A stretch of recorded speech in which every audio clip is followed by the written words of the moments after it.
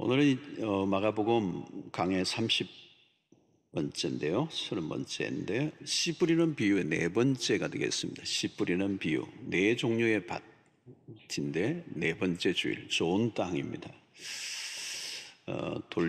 길가밭, 돌짝밭, 가시떨기밭. 이제 네 번째는 좋은 땅, 옥토라고 그러죠. 말씀을 어떻게 받아들였느냐에 따라서 전혀 다른 세계가 열리는 겁니다. 그래서 말씀을 받을 때 태도를 보면 구원받은 사람인가 아닌가가 이렇게 갈라지게 돼요. 그리고 그 사람이 영적인 사람인가 비영적인 사람인가, 이 말씀을 받을 때 태도를 보면 이제 나오는 겁니다. 하나님의 나라에 속한 사람인가 아니면 세상에 속한 자인가, 말씀을 뿌릴 때 반응을 보면 이제 알 수가 있는 겁니다. 무엇을 생각하고 있는지, 또 어떤 경우에는 이 말씀을 받을 때 이분이 성장을 하고 있는가, 말씀으로 성장하고 있는 사람인가 아니면 성장이 멈춰버린 사람인가, 이런 것들이 말씀을 받을 때 우리의 태도, 반응에 따라 결정이 됩니다. 자, 예수님은 이 씨 뿌리는 비유를 통해서 하나님의 나라, 눈에는 보이지 않지만 실제적인 나라, 그 나라가 하나님의 말씀으로 이루어져 가고 있음을 이 씨 뿌리는 비유를 통해서 알려주고 있습니다. 자, 이 씨 뿌리는 비유에서 매우 중요한 것은 결실을 거두는 것입니다. 리절트라고 그러죠. 결과, fruit, 열매를 맺는다. 나무가 자라면 열매를 맺는다. 근데 이 비유를 통하여 우리가 알 수 있는 것처럼 네 종류의 밭 중에서 세 종류의 밭은 결실을 거두지 못했습니다. 그러니까 결실을 거두는 게 흔한 일이 아니고 쉽지 않다는 겁니다. 한 종류의 밭에서만 열매를 거두었습니다. 그러니까 대부분의 씨는 버려진 셈이 되는 것입니다. 자, 그리스도에 대한 반응도 비슷했습니다. 그 당시에 그리스도가 오셨지만 제대로 반응하고 그리스도를 받아들이는 사람은 많지 않았습니다. 대부분은 오해하고 또 거부하고 배척을 했습니다. 심지어는 가족 친지들까지도 예수를 믿었다 그렇게 했고, 그 당시에 서기관과 바리새인들은 아주 맹렬하게 예수 그리스도를 거부했습니다. 이게 이제 다 길가밭과 같은 것이죠. 그러나 예수님의 제자들은 그 말씀 앞에 반응했습니다. 그리고 예수를 쫓았던 거죠. 바로 이들이 좋은 땅이다, 옥토다라고 얘기할 수 있습니다. 이제 중요한 것은 하나님의 말씀을 통하여 이런 일들이 일어난다는 것입니다. 그래서 말씀이 전해질 때 이제 어떤 역사가 일어날 것인가, 여기에 우리가 관심을 가져야 합니다. 예수님의 하나님의 나라의 방식, 또 예수님의 핵심 사역은 이 preaching, teaching, 하나님의 말씀을 전하는 것이었습니다. 그래서 그 말씀 안에 하나님의 비밀, 이 천국의 비밀을 담아 놓은 거죠. 그래서 말씀을 들을 때 천국의 비밀이 이제 우리에게 이제 들어오는, 그래서 그 내 안에 들어온 하나님의 나라가 점점 커질 때 마침내 열매를 맺게 된다. 자, 그러므로 오늘 이 열매라는 사실, 신앙생활을 얼마나 했느냐, 또 얼마나 오래 다녔느냐, 얼마나 열심히 했느냐, 다 중요한 일이지만 마지막 가서는 뭐를 우리가 따져야 되냐면 열매를 맺었느냐. 그러니까 나무는 열매로 알리라. 열매로 이제 결정이 되는 거예요. 자, 오늘 이 네 번째 좋은 땅, 결실이 분명합니다. 눈에 오늘 들어오는 이 대목은 우리가 다 많이 이제 기도할 때도 얘기하는데 30배, 60배, 100배의 결실을 거두는, 아주 신나는 얘기가 나옵니다. 결실을 여러분 그냥 조금 이렇게 결실을 얻어도 큰 건데, 이게 30배, 60배, 100배라는 거예요. 100배. 이 기대치 이상. 우리가 비즈니스를 하든지 농사를 짓든지 어떤 사역을 하더라도 작년보다 좀 나았다면 와, 잘한 겁니다. 그런데 오늘 얘기는 그 정도가 아니에요. 30배, 60배, 100배. 꿈 같은 얘기입니다. 자, 오늘 30배, 60배, 100배의 결실을 거둔다는 것은 무엇을 의미할까 하는 것입니다. 자, 여러분, 인류의 역사에 인간이 죄를 범하고 죄를 짓고 난 이후의 인간의 상태가 어떠한가? 그것은 마치 뿌리가 뽑힌 나무와 같습니다. 전혀 생명이 없는 상태라는 거예요. 하나님을 떠난, 죄로 인하여 하나님을 떠난 이 에덴에서 추방을 당한 인간의 모습은 뿌리 뽑힌 나무와 같아요. 어쩌면 가지가, 이 나무에서 가지가 탁 잘려가지고 아주 뭐 잎사귀가 있어도 그 원나무에서 잘려 나온 가지와 같은 모습이에요. 안에 뭐 물기도 있고 나무잎도 붙어 있지만 이미 잘려버렸어요. 생명이 이제 없는 거예요. 여러분, 에베소서 2장 1절에 우리의 상태를 이렇게 얘기합니다. 허물과 죄로 죽었던 너희를, 이랬습니다. 그러니까 이미 하나님과 접속이 끊어진 인간은 이미 죽어 있는 거예요. 그러니까 마른 나무, 이제 잘린 나무가, 가지에서 잘린 나무가 이제 서서히 말라가는 것과 똑같아요. 생명이 없다는 거예요. 우리가 죄 아래, 저주 아래 있는 이 백성들은 생명의 근원이 없어요. 죽어 있기 때문에 열매를 맺을 수가 없습니다. 그게 죄로 저주 아래 있는 상태의 모습입니다. 베드로가 예수님을 만나기 전의 상태를 누가복음 5장 5절에서는 이렇게 얘기합니다. 그 예수님 만나는 장면이죠. 시몬이 대답하여 이르되 선생님, 우리들이 밤이 새도록 수고하였으되 잡은 것이 없지만은. 이 사건은 그날 일어났던 얘기를 표현하는 것이기도 하지만 우리의 인생의 단면을 잘 표현해 주는 겁니다. 밤이 새도록 수고를 했는데 잡은 게 없다는 거예요. 땀을 흘리지만 별로 소득이 없는 인생. 열심히 살았는데 아무것도 없는 거예요. 예, 허무한 거. 열심히 산다고 몸부림을 치고 땀을 흘리고 수고했는데 잡은 게 없습니다. 그게 인생의 모습이라. 그게 저주와 있는 모습. 수고를 했으면 얻은 게 있어야죠. 땀을 흘렸으면 어떤 대가, 결과가 나와야죠. 근데 그게 없었다는 거예요. 밤이 새도록.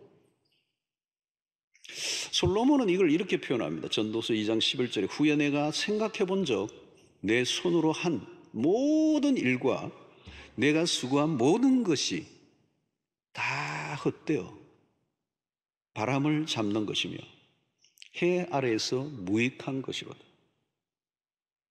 한마디로 자기 인생의 모든 수고가 제로 포인트라는 거죠. 몸부림을 치고 수고를 했는데 아무것도 없는, 바람을 잡는 것 같아요. 자, 그런 의미에서 오늘 예수님이 말씀의 옥토에서 일어난 일은 30배, 60배, 100배 결실이란 뭘 의미합니까?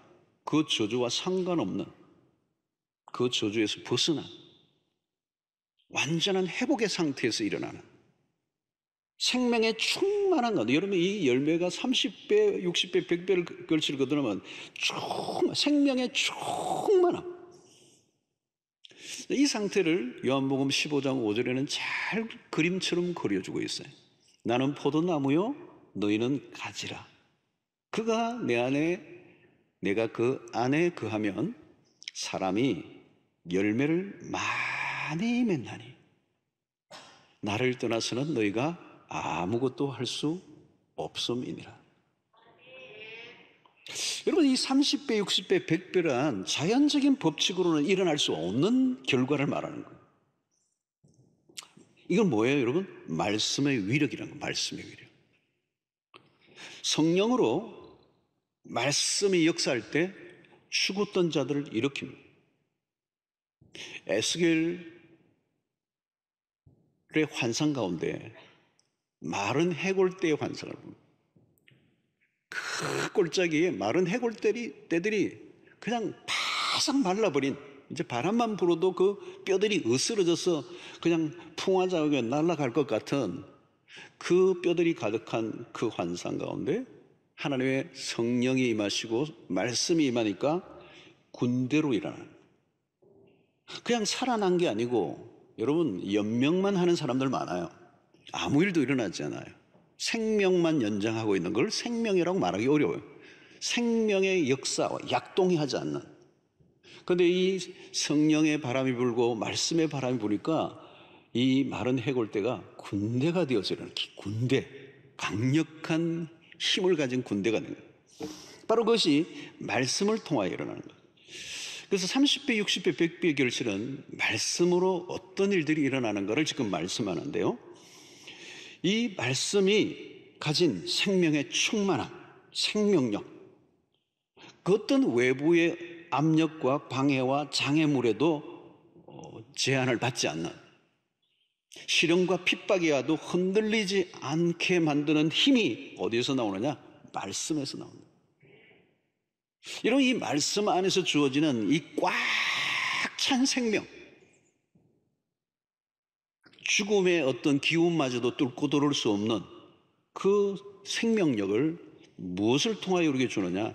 말씀을 통하여 준다. 자, 그러면 관건은 무엇인가 하면 어떻게 하면 이 좋은 땅이 될 수 있는가 하는 것입니다. 씨는 틀림없는데 문제는 땅이에요. 우선 우리가 좋은 땅이 되려고 하면 우리가 앞부분에서 언급했던 세 가지의 밭을 피해야 합니다. 첫째가 뭐였어요? 길가밭입니다. 완악한 마음. 그리고 이 완악한 마음이 있으면 말씀이 들어갈 수가 없죠. 전혀 말씀을 들으려고 하지 않는 사람, 무관심한 사람, 냉담한 사람. 왜 그렇죠, 여러분? 무엇인가 자기의 것으로 꽉 차 있는 거예요. 그 상태를 우리는 뭐라고 얘기합니까? 교만하다 얘기하는. 말씀에 저항하는 것입니다. 길가밭. 둘째는 돌짝밭이에요. 뿌리가 얕아요.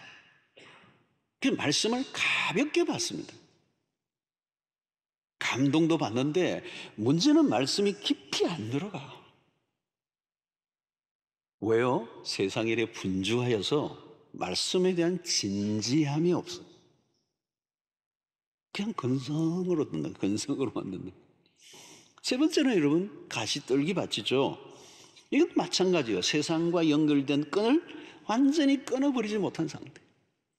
세상에 대한 미련이 아직도 많이 남아있어. 결국 이 세 부류 모두 열매를 맺지 못합니다. 다 무슨 문제가 있어요? 마음의 상태에 문제가 있는 거예요. 굳어있거나 딱딱하거나 뭔가가 이렇게 갈라져 있는 혼란한 상태. 사랑하는 성도 여러분, 나는 어떤 부류인가 확인해야 되죠. 이게 신앙생활에 결정적인 영향을 미치는 거기 때문에. 설교를 몇 번 들었느냐, 그거 중요하지 않아요. 횟수가 중요하지 않다는 거예요.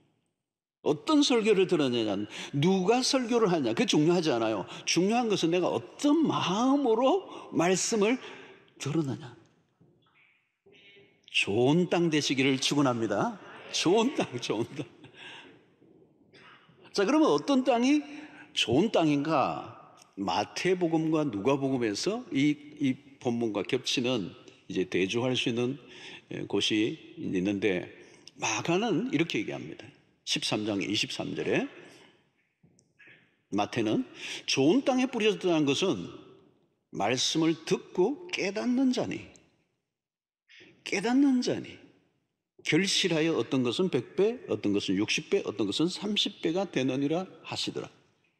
이게 중요한 것은 말씀을 듣고 깨닫는 자라는 거예요. 마태는 깨달음을 강조하고 있습니다. 말씀을 듣고 깨닫는 게 은혜죠.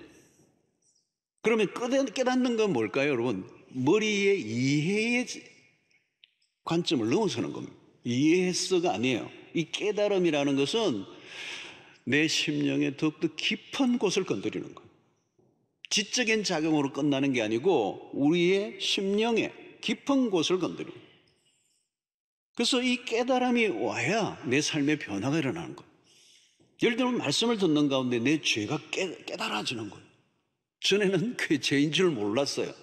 죄라는 사실에 대한 인식은 있었지만 그것이 그렇게 심각한 것인가를 몰랐어요. 그런데 말씀을 듣는 가운데 보통 심각한 죄가 아니다라고 하는 걸 깨달아지면서 돌이키는 역사가 일어나는, 그때 변화가 일어나는 거잖아요. 깨닫지 못하면 짐승과 같다는 얘기를 성경이 우연히 하는 게 아니에요. 깨달음이 없으면 살던 대로 사는 겁니다. 그런데 문제는 그 살던 대로 사는 삶이 정상적이지 않은데 정상인 것처럼 생각하고 사는 것이 문제이기 때문에 하나님의 말씀을 듣는 가운데 깨닫는 것, 그 깨닫는 자니 그 깨닫는 자가 좋은 땅이라는 거예요. 저는 오늘 여러분들에게 이 은혜가 있게 되기를 축원합니다. 말씀을 들을 때마다. 근데 누가는 좀 더 구체적으로 이렇게 얘기해요. 8장 15절에 보니까 좋은 땅에 있다는 것은 착하고 좋은 마음으로 말씀을 듣고 그 다음에 중요한 줄 거야 돼. 지키어예요. 인내로 결실하는 자네요. 그래서 여기 착하고 좋은 마음은 어떤 것일까요? 이건 도덕적인 것을 말하지 않습니다. 진리에 대한 감수성, 진리에 대한 열린 태도, 그것을 가진 사람이 착하고 좋은 마음을 가진 사람입니다. 겉으로는 굉장히 착하고 좋은 사람처럼 보이는데 진리에 대해서 매우 거부하는 마음을 가지고 있는 사람이라면 그의 착함은 굉장히 위선적인 것일 가능성이 높아요. 진리에 대해서 정직하게 반응하는 사람입니다. 그 누가는 여기서 핵심은 뭐냐? 좋은 땅은 듣고 지키어라고. 여러분, 말씀을 들을 뿐만 아니라 실행에 옮기는 것을 누가는 강조하고 있습니다. 여러분, 듣고 깨달았다면 도대체 그 깨달음이 뭔가 하는 거예요. 그 깨달았다면, 그 깨달음이 진정 깨달았다면 그 다음 단계는 뭐예요? 지켜야 한다는 거예요. 감동을 나 엄청 많이 받았어. 그런데 가만히 실천하지 않는다면 그 감동은 의미가 없는 거예요. 여러분, 말씀을 깨닫고 은혜를 받았다면 분명하게 일어나는 현상 가운데 하나가 말씀을 따라 살고 싶은 마음이 일어나는 거예요. 물론 말씀을 지키는 건 어렵고 말씀을 다 못 지키지만 분명한 것은 말씀을 따라 살고는 싶어. 그래서 노력을 하는 거예요.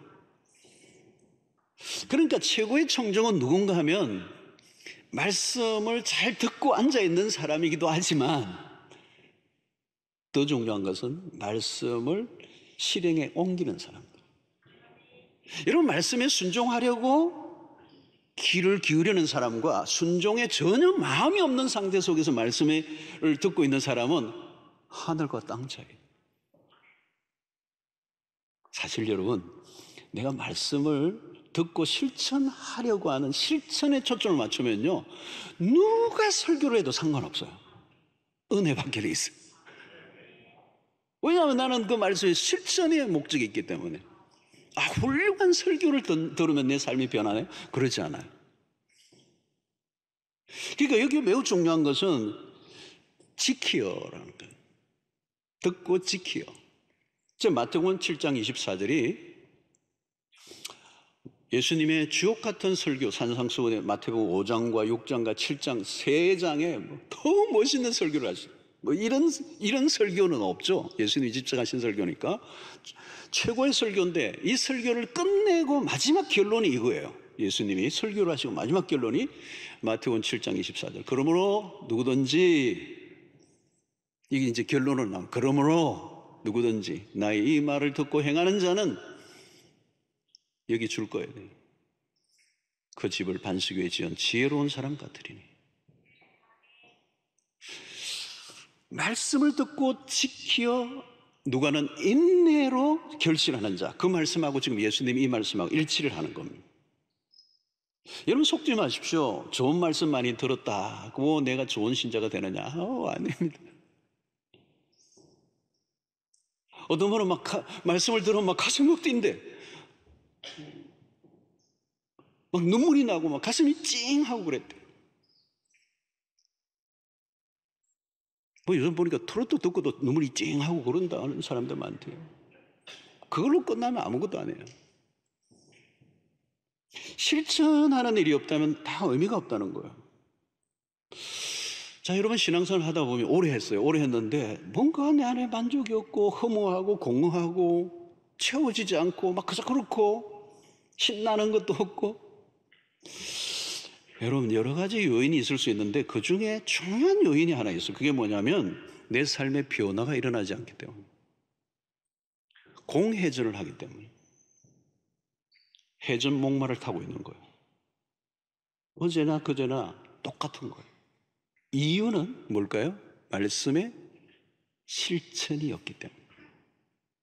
변화는 실천을 통하여 말씀을 지키어. 여러분, 우리의 신앙의 최고의 기쁨은 삶의 변화입니다. 작년과 내가 너무 달라. 10년 전 끔찍해. 그리고 지금도 계속 변화를 내가 경험하고 있는 분들은 기쁨이 있어요. 기쁨. 흥분이 돼요. 기대감이 있어요. 하나님의 말씀의 생명력이 무엇인지를 실천하면서 느끼는 거예요. 내 삶의 순간순간마다 하나님의 말씀이 주어질 때 힘들긴 하지만 하나님의 말씀을 어느 날 묵상하는데, 야, 너 그거 포기해. 하나님 안 돼요. 포기해. 근데 며칠 후에 또 말씀 묵상하는데 욕심을 내려놔. 그 말이 그 말이죠. 순종에 옮기는 거죠. 힘들지만 하나님의 말씀 앞에 순종하는데 어느 날 그 말씀이 능력이 있다는 깨닫는 거. 사랑하는 성도 여러분, 이 말씀을 제대로 받으면 가공할 만한 결과가 일어나요. 왜 그런가 하면 말씀의 씨 안에 있는 이 생명력 때문에 그렇습니다. 하나님의 말씀은 그냥 이론이 아닙니다. 그냥 무슨 소설이나 인문학이나 철학을 읽는 그런 거하고는 달라요. 하나님의 말씀의 능력이 그 자체. 요한복음 1장 1절로 4절에 보면 어마어마한 얘기가 나오는데 우리가 다 이해는 못해요. 너무너무 심오해가지고. 그러나 우리가 이제 볼 수는 있습니다. 1절 보십시다. 태초에 말씀이 계시니라. 태초에, 이 창세기 1장과 연결이 됩니다. 태초에 말씀이 계시니라. 이 말씀이 하나님과 함께 계셨다는 거예요. 이 말씀은 곧 하나님이시니라. 그가 태초에 하나님과 함께 계셨고 만물이 그로 말미암아 지은 바 되었으니 지은 것이 하나도 그가 없이는 된 것이 없느니라. 그 안에 생명이 있었으니 이 생명은 사람들의 빛이라. 그러니까 여기 놀라운 말씀인데 요한이 하고 있는 거예요. 말씀, 로고스, 말씀, 하나님, 생명, 빛, 이런 모든 단어들이, 어마어마한 단어들이 다 동격으로 사용되고 있어요. 이것을 1장 14절에서는 이렇게 표현을 마지막으로 해요. 말씀이 육신이 되어 말씀이 육신이 되어 우리 가운데 거하심에 우리가 그의 영광을 보니 아버지의 독생자의 영광이요 은혜와 진리가 충만하더라. 우리가 받아들이기에 어마어마한 메시지. 여기 말씀이 육신이 되어 우리 가운데 거하신다라고는 이 말씀. 그러니까 우리가 말씀을 받는 행위는 그냥 무슨 이런 스토리를 받는 게 아니고 그 말씀을 받는 자체는 그리스도의 존재 자체를 받아들이는 거예요. 이게 말씀이 육신이 되어 말씀을 받아들이는 순간 그리스도의 인격, 그리스도의 존재가 우리 안으로 들어와 계신 거예요. 그 말씀을 받는 것과 그리스도를 모셔드리는 것은 동일하네. 그래서 말씀과 그리스도는 분리되지 않습니다. 그래서 하나님의 말씀을 받을 때 우리 안에 그 말씀을 잘 듣는다는 것은 이해하는 정도가 아니라 그 말씀이 내 안에 피가 되고 살이 되고 그것이 그리스도의 인격이 내 온몸을 사로잡는,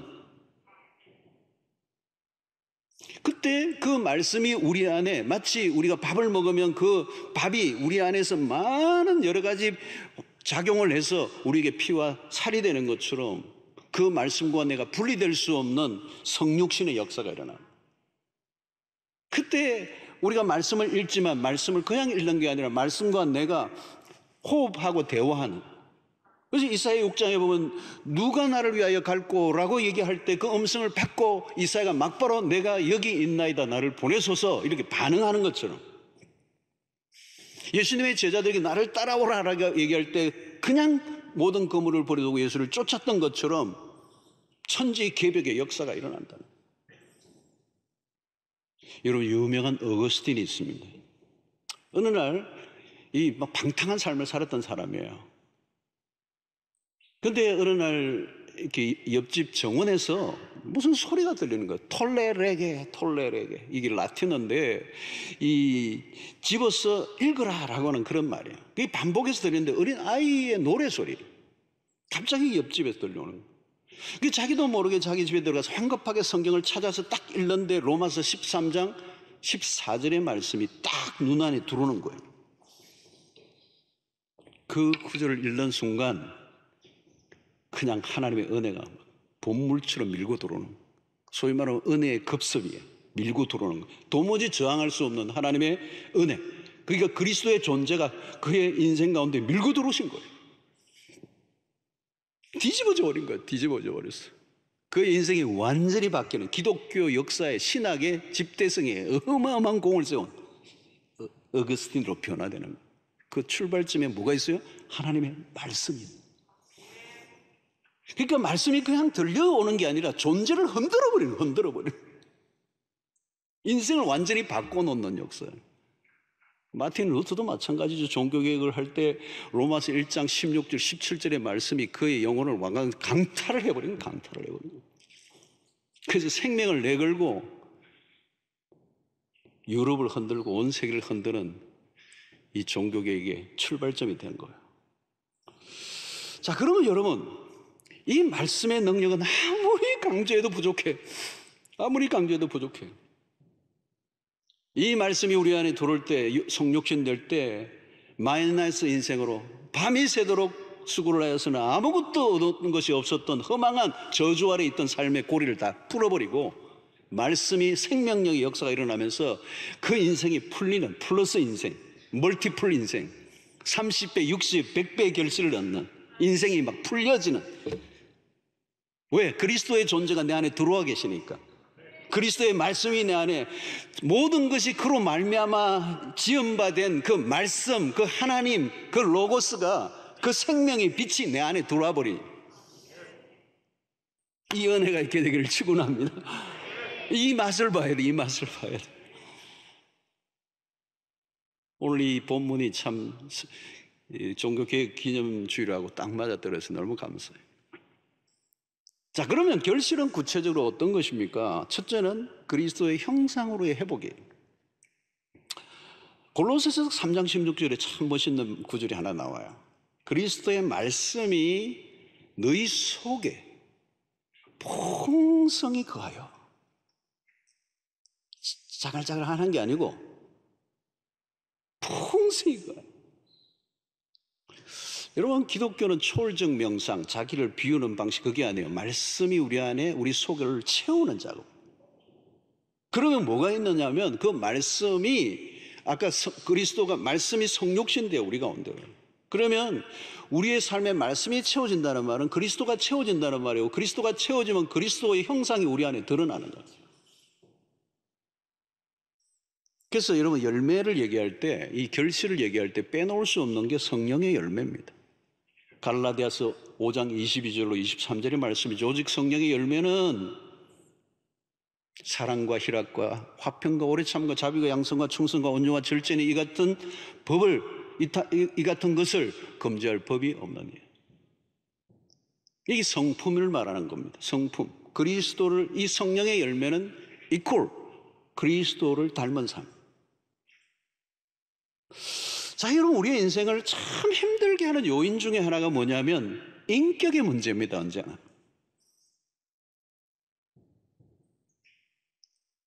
다르게 표현하면 성격의 문제입니다. 조금 다르게 표현하면 성질의 문제입니다. 좀 더 비하하면 성깔의 문제입니다. 한계예요, 한계. 물론 잘 살아보려고 하는데 안 돼. 번번이 실패해. 좋은 관계를 맺고 싶은데 안 돼. 가족 관계조차도 마음대로 안 되잖아요. 아차하는 순간 부부 관계가 삐끗하면요, 뭐 어디까지 갈지 모를 정도로 달리잖아요. 부모와 자식과의 관계도 여러분 쉽지 않아요. 잘 꼬입니다. 많은 공을 들여야 된다고. 여러분, 한번 꼬이면요, 푸는데 에너지 엄청나게 듭니다. 왜 이런 일들이 일어나죠? 우리의 성품에 있어서 한계가 있는 거예요. 죄성으로 덮어놓았기 때문에. 이기적이고 자기중심적이고 본성대로 살아가고 충동적이고. 이게 성령의 능력으로 말씀으로 빚어지는 작업을 계속하지 않으면 육체의 소욕이 우리를 주장하기 때문에.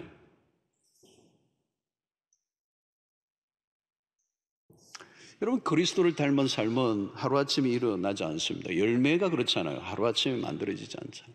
사역 열심히 잘할 수 있습니다. 막 교회 막 10개 막 개척할 수도 있습니다. 그런데 성품의 변화는 쉽지가 않습니다. 여러분, 우리의 성품의 변화가 되지 않으면 깨진 그릇을 갖고 있는 것과 똑같아요. 뭐 붓는데 다 없어요. 나중에 보면 열심히 했는데 나중에 보면 없어요. 왜냐하면 성품이 그릇이 끼어져 있는 거예요. 담지를 못하는 거예요. 여러분, 성품을 보시면 이게 담는 그릇을 말하는 겁니다. 여러분, 성품의 변화가 일어나면 모든 게 열려요. 삶이 풍성해지고요. 최고의 기쁨은 사실 관계의 기쁨이잖아요. 하나님과의 관계 회복의 기쁨, 이웃과의 관계 회복의 기쁨. 그 관계가 풀리면 삶의 역동이 막 일어나고 다이나믹해지고 모든 게 회복이 일어나고 치유가 일어나고. 뭐 이게 뭐 열심히 하는데도 뭐 딱 가장 가까운 관계가 더 꼬여 있고 이러면 뭐 기쁨도 없죠. 힘들잖아요. 에너지를 다 빼앗아 가고. 오늘 하나님의 말씀으로 매일매일 조금씩 우리의 모난 인격의 부분들을 말씀으로 깎아나갈 때 그리스도를 닮아간, 그 그리스도를 닮게 될 때 우리에게 찾아오는 놀라운 것은 우리의 삶의 모든 영역이 풀린다는 거예요. 사역도 풀리고 묶여있는 게 다 풀리는 거예요. 그 삶의 탄력이 붙고 동력자들이 막 붙고 일이 어렵게 되던 게 다 그냥 쉽게 풀려나는. 여러분, 사람을 얻는다는 게 얼마나 놀라운 것입니까? 나 혼자 하는 게 아니라 여러 사람이 함께 해보세요. 동력해보세요. 바울 사도가 언제 혼자 사역했습니까? 로마서 16장을 보면 그와 함께 동력했던 사람들이 얼마나 많습니까? 그러니까 바울 자신이 혼자 해낼 수 없는 일들을 30배, 60배, 100배 결실을 거두는 역사들이 일어나는 거죠. 바울은 이 성령의 열매를 귀중하게 다루고 우리 인생에 살아가면 살아갈수록 말씀을 통하여 우리의 성품의 변화가 일어날 때 그런 30배, 60배, 100배 결실이 일어나게 될 줄로 믿습니다. 자, 두 번째는 이 씨 뿌리는 비유의 초점은 어디에 있느냐면 밭에, 사실 마음의 상태에 초점이 있는 건 아니에요. 초점은 하나님의 나라예요. 씨 뿌리는 비유는 이 씨앗을 통하여 뿌려짐으로 인하여 하나님의 나라가 30배, 60배, 100배로 확장되어 가는 것을 강조하는 것입니다. 하나님의 나라는 하나님의 말씀을 통하여 계속 확장해 간다는 거예요. 하나님의 말씀의 능력이 그렇게 우리의 삶 속에서 그 팽창력을 가지고 생명의 능력이, 생명의 충만함이 계속 확장되는. 여러분, 한 사람이 예수를 제대로 믿으면 복음이 들어오잖아요. 생명의 구원을 얻고 생명의 역사가 우리 안에 파도가 치면 결국은 누가 어떻게 하죠? 그냥 얘기를 하고 싶어요. 누구에게인가. 그게 전도죠. 여러분, 전도할 때도 여러분 예수 믿는 사람들은 얼굴에 빛깔이 있는 거예요. 그 생명력이 있는 거예요. 생명력. 세상은 그게 없어요, 여러분. 우리는 부활의 생명을 믿거든요. 부활의 생명이 우리 안에 들어왔단 말이죠. 우리 안에 자원이 하나님이란 말이죠. 그것이 말씀을 통하여 끊임없이 공급되기 때문에 그 충만함이 퍼져나가는 게 전도예요. 저절로 내 속에 그 생명이 차 있으면 흘러가게 됐다는 거예요. 그게 뭐 전도주를 주든지 뭘 하든지. 그래서 이 생명이 죽어있는 자들에게 접속한, 내가 죽었던 자가 살아났다는 걸 아는 경험을 가지고 있는 사람은 다른 사람을 생명의 길로 이끌고자 싶은 마음이 막 일어나게 돼 있어. 저 죽었네, 저 사람도 죽었네, 돈은 많은데 죽었네, 출산했네, 죽어있네. 그게 보이는 거죠. 하나님의 말씀이 우리 안에 들어올 때 그 말씀의 능력을 맛본 사람들은 이제 다른 사람들에게 그것을 전하는 것입니다. 이제 말씀을 전하면 우리가 알지 못하는 결과가 일어나는 거예요.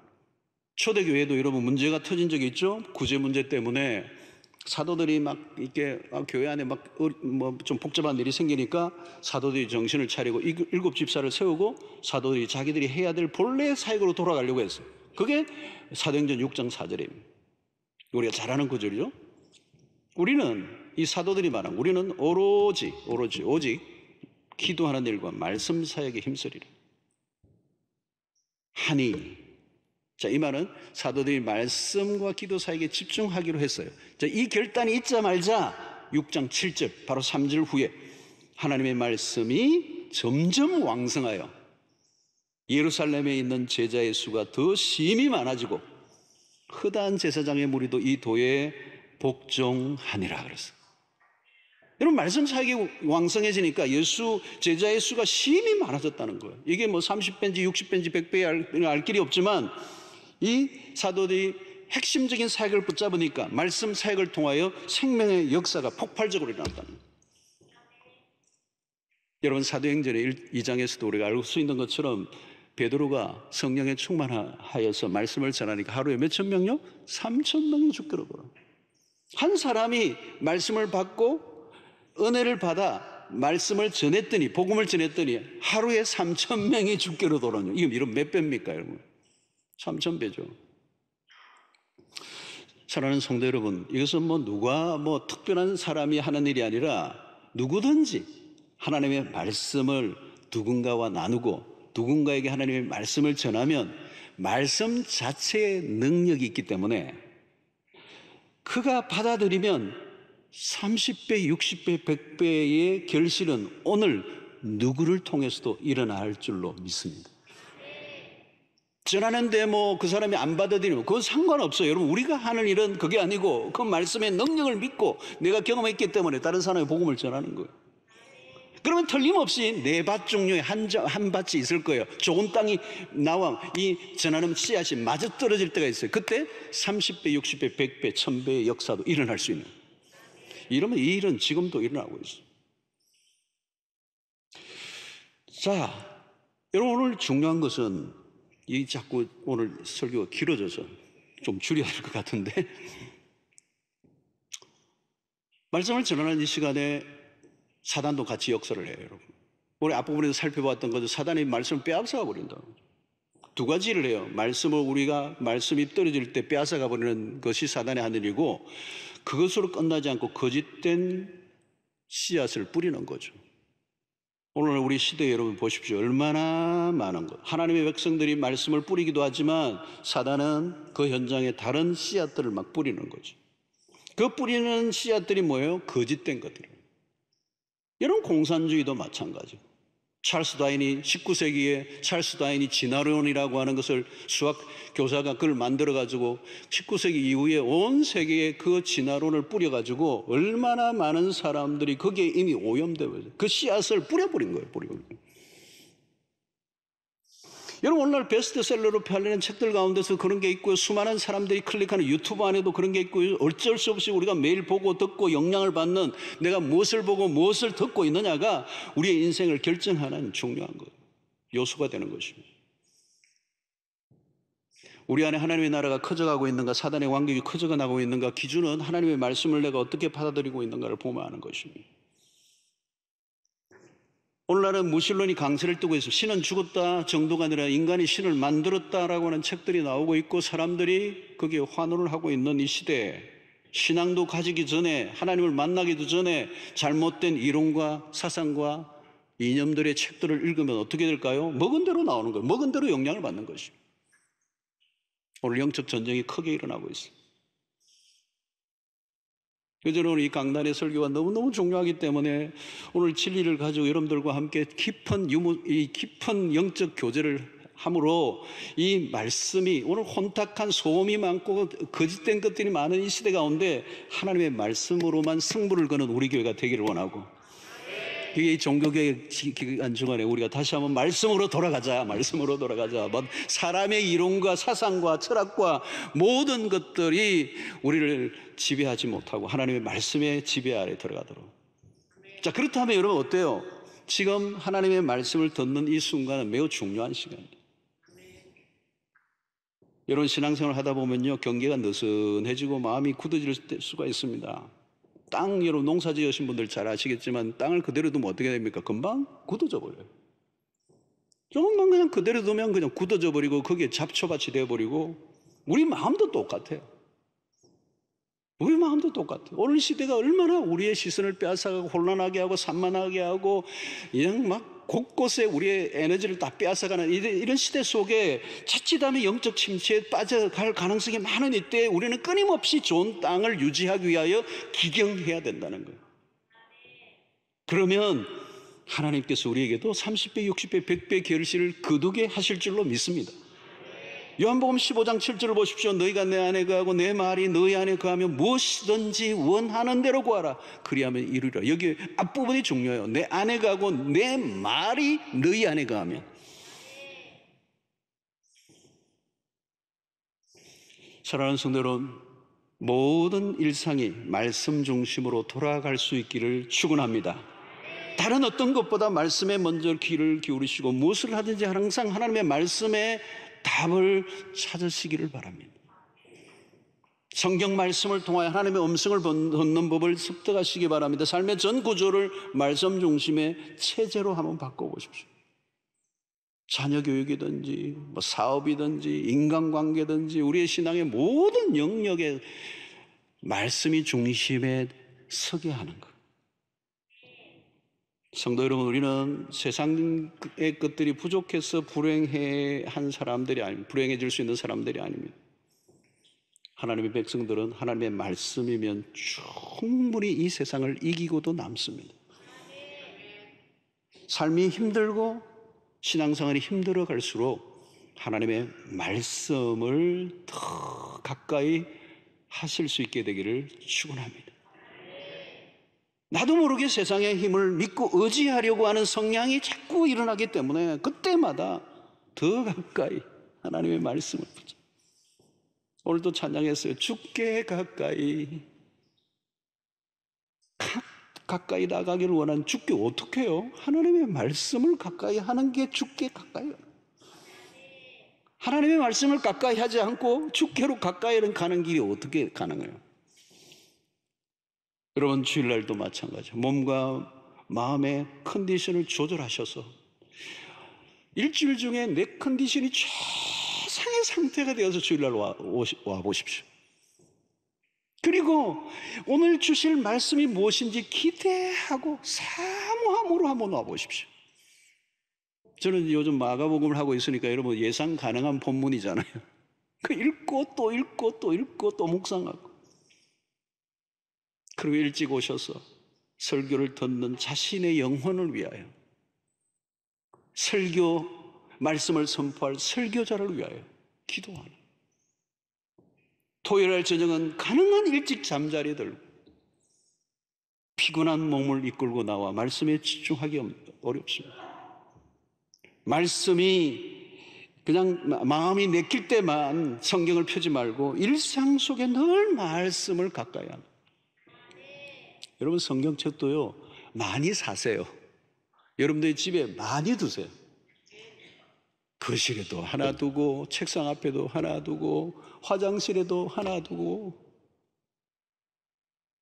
막 곳곳에 있어요. 차에도 하나 두고. 그게 좋아요. 그게 좋아. 아이고 뭐 성경 좀 읽고 했는데 멀리 있네. 아이고 그냥 다음에 읽지. 편리하게 곳곳에. 사랑하는 성도 여러분, 결국은 우리의 인생은 말씀과의 관계의 모든 것이 결정돼요. 말씀을 잘 받는 성도 되시기를 바라고, 말씀을 깨닫는 은혜가 있기를 바라고, 말씀을 지키어내는 하나님의 백성들이 되심으로 여러분, 열매는 우리가 맺는 거 아니에요. 열매는 그냥 맺혀지는 거예요. 하나님의 말씀을 따라 살다 보면 묶인 게 다 풀려나고 꼬인 게 해결되고 나도 모르게 내 성품의 변화가 일어나고 떠났던 사람과 화해가 일어나고 나도 모르게 마음이 넓어지고 용서가 되고 사랑이 되고 하는 일들이 풀려지기 시작하고 모든 저주에서 벗어나고 생명의 충만함으로 30배, 60배, 100배의 결실을 거두는 놀라운 일들이 이 말씀을 통하여 일어난다는 사실을 믿고 이 말씀에 생명을 걸고 우선순위에 두고 살아가는 여러분들 되시기를 주의 이름으로 축원합니다.